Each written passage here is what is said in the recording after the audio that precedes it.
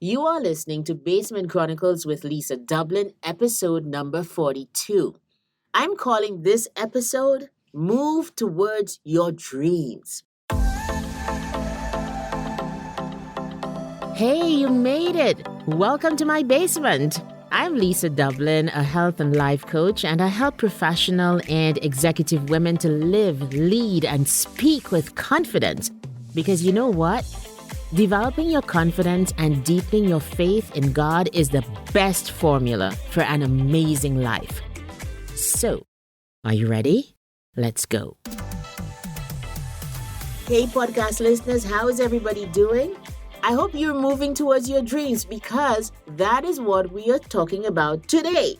I am here to talk about how when you focus on something and when you hanker after something, most likely you are going to get it. Let's go. So I just came from a trip to the United States and it just proved two things to me all over again. Number one, God is way bigger than we could ask or think. And number two, if you have a dream, as I said before, and you begin to move towards it, you ultimately will become and receive what you dwell and focus upon. It is definitely the law of attraction. Before I begin, I need you to please go back and listen to episode number 37. It's called Great Expectations, because I'm about to blow your mind with the testimony and the proof of what I spoke about in episode number 37. At the beginning of the year, in that podcast, and even before, I boldly confessed first to myself and to everyone who would listen that this would be the year that I travel quite a lot to speak. I confessed it, you guys. I saw it. I prayed about it. I'm hankering after it and desiring it so much. Now, in that podcast, I also spoke about some other dreams. For example, that I had this pet peeve of wanting to travel in business class for so many reasons. One of them being that because I am 5'9" and I am a runner, sometimes I want to stretch my legs. I need to, just stretch and have enough leg room. And when I passed through business class on my way to economy class, most of the time, I always looked at those people like, how are you sitting there and I have to go to the back of the plane? Like, who do I have to become to sit in business class? What do I have to do? How do I need to tailor my life, my finances, my thoughts, etc., for me to be that person who sits in business class? So that was January 1. On the airport, traveling back to Edmonton, that's when I was writing that podcast. I had just come from emceeing at my parents' 50th wedding anniversary celebration. Do you know? Since then, I have traveled twice already, and I know, in the name of Jesus, it is not going to be the last time for the year. I really do believe that our thoughts attract the things we desire the most. Something else, however, has happened on this last trip, and that is where I want to put my focus on today. So the last trip that I went on, I spoke at a friend's charity event in New York, and I took my first son with me. Now I have to have a little segue here. Let me ask you, older people, when you were 17, did you want to travel? Like when I was 17, I don't think I had traveled as yet out of my little St. Lucia, okay? But I would have given up so much to travel, to have that opportunity to get on a plane, etc. Kids of today, it was the hardest thing getting my son to come with me. They are just creatures of habit, these three sons of mine. They like the same thing over and over again. They are homebodies. And I'm grateful for that. But for times when I want them to expand their mind and experience the world, it makes things difficult. So on this trip, my son was complaining, he had his last basketball game and what was he going to tell the coach? And he was going to miss the last practice, all of those things. And I'm like, are you kidding me? You get the opportunity to visit another country and experience life. And all he wanted to do was to stay in his little world. But that's for another show. let's get back to what I want to talk about, what happened when we were on the airport.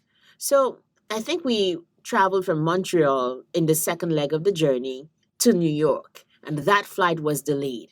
How is it? While we are waiting for the second flight from Montreal to JFK, how is it I get a text from the airline saying, you have been bumped up to business class? I'm telling you, like, I looked at that text and all I could say was, Lord, let me see you get into action. Let me see where this is going. This business class thing is something that I had been hankering after, desiring, talking about for the longest while. Like incubating in my spirit that this is the kind of person that I want to be. The person who travels first class, travels in business class for so many reasons.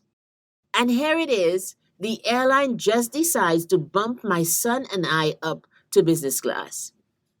And so we had the full Monty. We went through zone one. There weren't many people on that line. We entered the plane. We were sitting in the front of the plane, enough leg room. I mean, I'm 5'9". My son is 6'3". So leg room for days, okay? And then we get served by the flight attendant. Oh my goodness, it was just wonderful. I got a taste of how I'd love to live. And I say that not because, I'm trying to be materialistic, which I'm not, but it is to encourage you when you hear this, for you to dream for your own self. It was almost like I sat there in shock because I was seeing the law of attraction working right before my eyes. What you focus upon, you will attract. What you hanker after, you will eventually become. What you feast your mind upon, you will get. Now, there are two ways to kind of look at this, right? And I think both of them are valid. I'm a person of faith. There are some doors that only God can open. And while being bumped up to a complimentary business class might not be a big deal for some people, the reason that I am able to dream bigger dreams than I have ever experienced is because I worship this superlative God. Like, you can't look into the greatness of who God is and think small, be small, or stay small. He is a big God. And I believe in that exceedingly abundantly far above what I could ever ask or think. Now, the second reason, the second way, is also connected to faith. People who understand this law of attraction, that you will move towards what you think about, can also pull things into existence. Faith, God based, or just mindset work will get you answers. It's just that I believe the answers you can pull from faith in God are way more spectacular and lasting. And there is the added bonus of supernatural direction and guidance for your entire life. So I will take the maximum blessings. Thank you very much. I have no doubt that God is doing miracles in that area of my life. And you know what? It happened again. Not business class this time, like when we were coming back. We went to Texas and then we came back. It happened again. Not that we got business class, but we were bumped up to the seats that gave you some leg room, even in economy. So we sat with extra leg room at the preferred seating near the exit without paying anything extra. I don't believe this is a coincidence. I love to say that there is a way of faith. Faith leaves clues. It is a journey, and as you get closer to the thing that you are believing for, you get signals and signposts along the way. Do you believe that, podcast listener? And have you experienced this? Recently, this happened to a client of mine. She came to coaching when she had just lost her job. And not only that, without that job, she would have had to leave the country that she wanted to stay in, primarily because her son needed special care. I will never forget the day that my client decided that going home was not an option. She said it out loud, she said it emphatically, that she would fight for what she wanted. And so we began that long, arduous journey of applications, rejections, missteps, betrayals, and more treachery sometimes, meltdowns, cock ups. Oh my goodness. But from the moment she decided that going home was not an option, she began to move as if she already had her stay. About a year after her ordeal began, her son's immigration papers came through. And I kept on encouraging her, hey, this is a sign. Faith leaves clues. And it was very easy to coach her in the way of faith because I was simply coaching her according to her values. She also had a relationship with Jesus Christ. And so I coached her to look at her son's approval as a sign that hers would come. Because why would God do things halfway? You know what I mean? Why would He bring you to this point and then not make a way for you? Why would He give her son to stay and then send her home? It doesn't make sense. The God that we serve, He's a good God. He doesn't do things halfway. He who has begun a good work in you, He is able to complete it. So, if that is you today, why don't you just begin to thank God? If you are halfway through your goal, if things are looking like they're half coming and half not there, that is fine. The full Monty is on the way. Be encouraged. So she plodded along in that faltering faith, just knowing that, hey, choosing to believe that God would finish what He started. And I'm telling you, as clear as day, that is exactly how things ended. She got her papers and now she gets to stay in her adopted country. It's not just success that leaves clues, faith leaves clues. It is a journey, it is developmental. And whereas sometimes you instantly get what you prayed for, other times, much like confidence, God must develop the faith muscle. And so He tests you. He tries on different weights to see how are you lifting. And if you listen to the clues, you will grow stronger in your faith and react appropriately.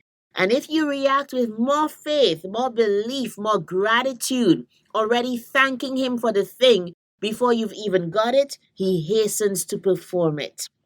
Now, the last thing that I want to speak about on this journey is perhaps what I should have started with. Begin to move towards what you want. Begin to see yourself in it, and as much and as close as you can get to what you desire, get to it. I have paid my way to go speak at people's events. I have accepted just lodging and food or whatever, as payment for my speaking gigs because I know that I was moving towards being a paid speaker. Begin to move towards it. You want to be a coach, begin to coach. You want to write, be a writer, begin to write and give pamphlets and do things. But by all means, move towards the goal. Don't stay where you are waiting for a sign. You be the sign. I hope this inspires you today. I hope all I've said makes sense. Okay, I'm a bit excited about it. I went back to my speaking group and I told them of that experience because I recognized that it was an inflection point. It was a turning point. It was a like an opening of a door for me, a way of seeing a new way of life that I had only imagined. I got to experience it and see it. And when you can see something, then you can grasp it and bring it into your reality. And that's exactly what happened with me getting this opportunity to sit in business class.